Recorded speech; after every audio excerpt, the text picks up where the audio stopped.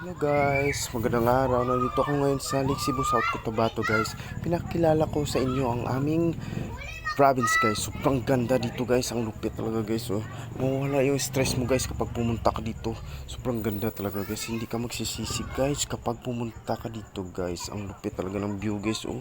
Nakakawala ng stress kung gusto mo mag-move on sa mga ex mo or nanakit ng puso mo. Dito ka pumunta sa Lake Cebu guys. Sobrang ganda talaga ng lugar dito guys.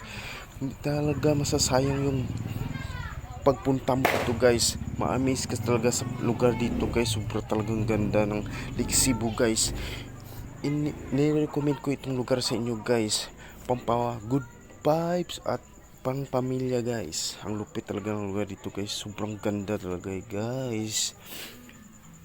Kaya pumunta na kayo sa Lake Cebu, South Cotabato guys. Kung gusto nyo magbakasyon, dito na kayo sa Lake Cebu, South Cotabato. Ang ganda-ganda talaga ng tanawin dito guys. Kasing ganda ng crush mo. Kahit hindi ka crush.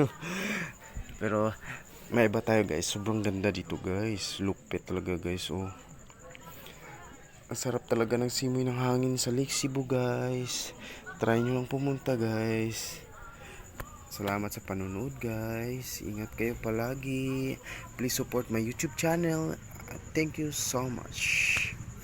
Ang ganda talaga guys. Hindi talaga kayo magsisisi sa Lake Cebu, South Cotabato. Masarap ang simoy ng hangin. Tahimik. At ang ganda ng lugar. Nakaka-amaze talaga ng lugar dito guys. Sobrang ganda oh guys. Nakakawala ng pagod guys kapag dito ka pumunta sa Lake Cebu guys. Ang ganda talaga guys. Oh, tara punta na tayo dito guys. Samahan nyo ko. Samahan nyo si Rosmicinas TV na mag-adventure. Adventure tayo guys. Tara na sa Lake Cebu, South Cotabato. Rosmicinas TV vlog lang malakas.